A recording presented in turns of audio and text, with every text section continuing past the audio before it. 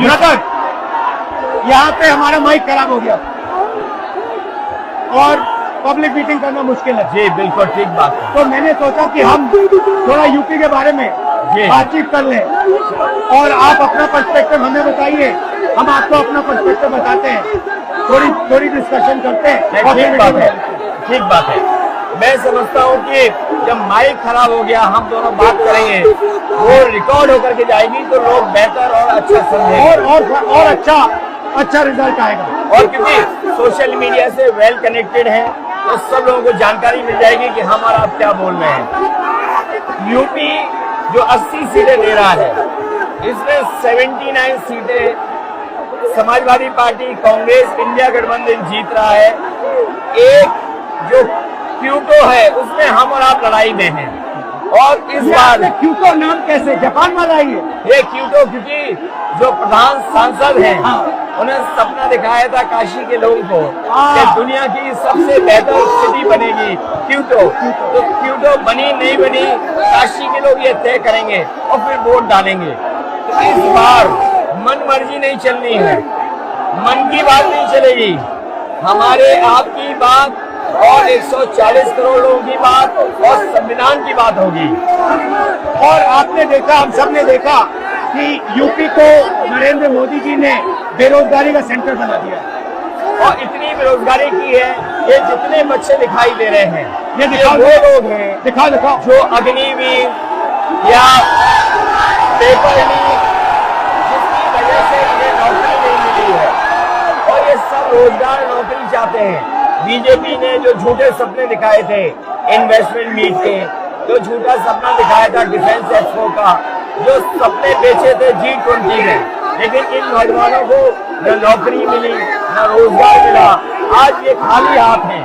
तो इसलिए हमें और आप मिल के जो आपने कहा, जो इंडिया गठबंधन कह रहा है कि 30 लाख बच्चों को नौकरी दी जाएगी, उस दिशा में हम लोग काम करेंगे। और पहली नौकरी पक्की स्कीम जिसके माध्यम से हर ग्रेजुएट को नौकरी का अधिकार, बेहतरीन ट्रेनिंग और बैंक अकाउंट में 1 लाख रुपए साल के। आपने नोट किया कि मोदी जी खटाखट बोलने शुरू कर दिए। ये आपके खटाखट के बाद वो रटारट खटाखट कर रहे हैं।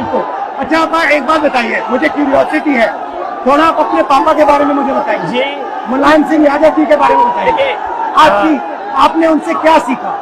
नेताजी और उनके साथ के लोग बिल्कुल जमीनी राजनीति करते रहे।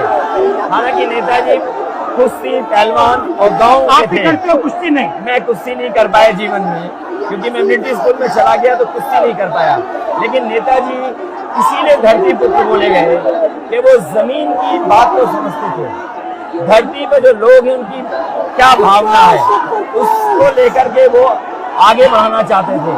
और आपका इस क्षेत्र से और इस शहर से आज का लगाव नहीं है, न जाने कितने सालों पुराना लगाव है। जो इमोशनल कनेक्ट आपका इस शहर और शहर से है, वो शायद और किसी राजनीतिक परिवार का नहीं होगा। तो नेताजी से उनका हार्डवर्क और अपने लक्ष्य के लिए लगातार काम करते रहना, जो गैर बराबरी की लड़ाई डॉक्टर राम मनोहर लोहिया यहीं लड़े थे। हालांकि हमारी आपकी विचारधारा की यहाँ टकराव रहा, लेकिन हमारे व्यक्तिगत या जो सिद्धांत में कभी समझौता नहीं हुआ। सिद्धांत को लेकर के हमने आपके साथ खड़े हुए और कई बार खड़े हुए, और आपकी भी पार्टी सिद्धांत से बहुत करीब रही समाजवादियों के। बट मुझे लगता है कि अब एक नई तरीके की पार्टनरशिप बन रही है, क्योंकि जो इस बार हमारा कोऑपरेशन है, शायद पहले ऐसा कोऑपरेशन नहीं हुआ। मतलब बिल्कुल सब जुड़ गए। सबसे अच्छा ये है कि जितना उन्होंने कहा 2 लड़कों की जोड़ी, उतना युवा आपसे, हमसे, इंडिया गठबंधन से और जुड़ गया। तो ये नेचुरल अलायंस है, और नेचुरल अलायंस इसलिए लोग महसूस कर रहे हैं कि वो चाहते हैं कि नौकरी और रोजगार मिले, नौकरी और रोजगार मिले। तो ये बड़ी भावना है कि हमसे आपसे ये यूथ कनेक्ट कर रहा है। सबसे बड़ी बात, महंगाई की चोट सबसे ज्यादा इन लड़कों को लगती है। हमारी थिंकिंग है और आपकी भी है कि ये जो 22-25 लोगों को नरेंद्र मोदी जी ने पूरा का पूरा धन पकड़ा है, उसको ठीक करने के लिए जो हमारे युवा हैं, माताएं बहनें हैं, उनको डायरेक्ट बैंक अकाउंट में पैसा देना। देखिए, ये जो लोगों के पास पैसा पहुंचने से जो अर्थव्यवस्था को लाभ मिलेगा, मैं समझता हूँ इनका भाग्य भी बनेगा और देश की अर्थव्यवस्था ही बेहतर होगी। ये जरूरी स्कीम है कि इनके अकाउंट में पैसा पहुंचे, जिससे थोड़ा बहुत जीवन स्तर इनका भी अच्छा हो। नरेंद्र मोदी जी डिबेट से क्यों करते हैं? क्योंकि वो सच का सामना नहीं करना चाहते। पूरा उनका झूठ का गुब्बारा है। वो बीजेपी और बीजेपी के लोग मन मर्जी से चलते हैं, अपनी मर्जी से चलते हैं और उनको लगता है कि डिस्कशन की कोई जरूरत नहीं है, क्योंकि वो सब कुछ जानते हैं। डेमोक्रेसी में जितना डिस्कशन होगा, जितने विचार एक दूसरे को हम सुनेंगे और एक दूसरे पे भरोसा करेंगे, उतना हमारा लोकतंत्र मजबूत होगा। ये बीजेपी के लोगों ने न केवल हमारी जान को खतरा पैदा किया है, बल्कि लोकतंत्र को भी और संविधान को भी खतरा पैदा कर रहे हैं।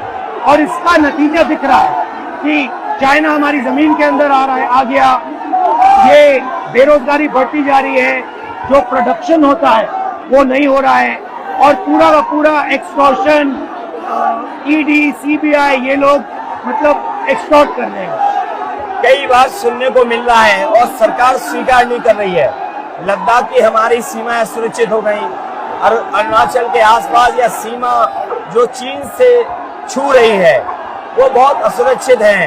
तो चीन से जहाँ हमारा सीमाओं का खतरा है, वहीं चीन से हमारे बाजार को भी खतरा है। तो कहीं न कहीं हम लोगों को अपनी मैन्युफैक्चरिंग इकोनॉमी और मैन्युफैक्चरिंग इकोनॉमी को बढ़ावा देना पड़ेगा।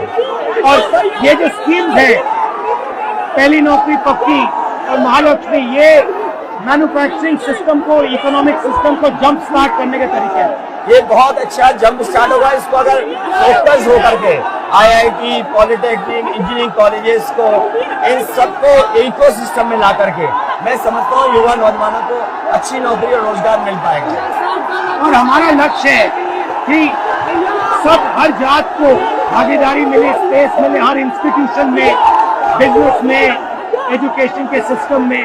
तो वो हमारा, हम दोनों का लक्ष्य है। बिल्कुल। और क्योंकि जो बात सभी दल कहते थे, आज इंडिया गठबंधन कांग्रेस भी कह रही है कि सामाजिक न्याय जरूरी है, जाति जनगणना जरूरी है। देश के लिए ये बड़ी चीज है। जो दुनिया में अमेरिका है, यूरोप है, अपने उन लोगों के लिए जो पीछे छूट जाते हैं, उनके लिए कुछ काम करते हैं। तो हमारा जो देश जाति के आधार पर पिछड़ा है, तो इसको आगे बढ़ाने के लिए ये बड़ी भूमिका होगी इस बार। बहुत अच्छा लगा, अच्छी बहुत अच्छा, बहुत अच्छी मीटिंग है। यूनिक मीटिंग, मुझे लगता है कि ये यूनिक मीटिंग है क्या?